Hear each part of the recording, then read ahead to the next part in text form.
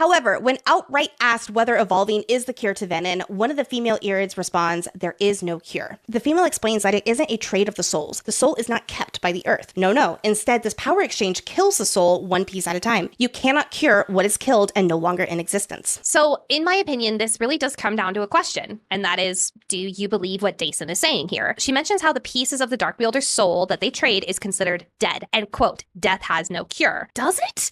If Naolin fully resurrected Brennan, then technically death would have a cure. So I'm actually going to rephrase the question. Does resurrecting a soul work as the venom cure? I think that's what I'm leaning toward. Me too. And it makes me wonder more and more if Malik, the god of death, will play a role in the storyline, or at minimum, the goddess of love. To answer your question, I believe the Irids think they are telling the truth. They seem to know more about the venom than others, which in and of itself seems to be proof that they were vital in defeating them during the Great War. So I would take everything they have to say, including this about the venom, with a grain of salt.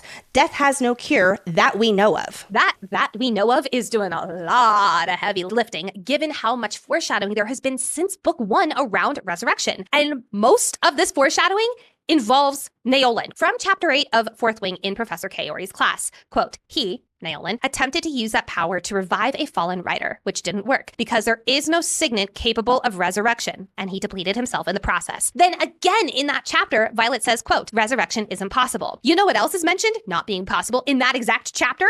Being a precog.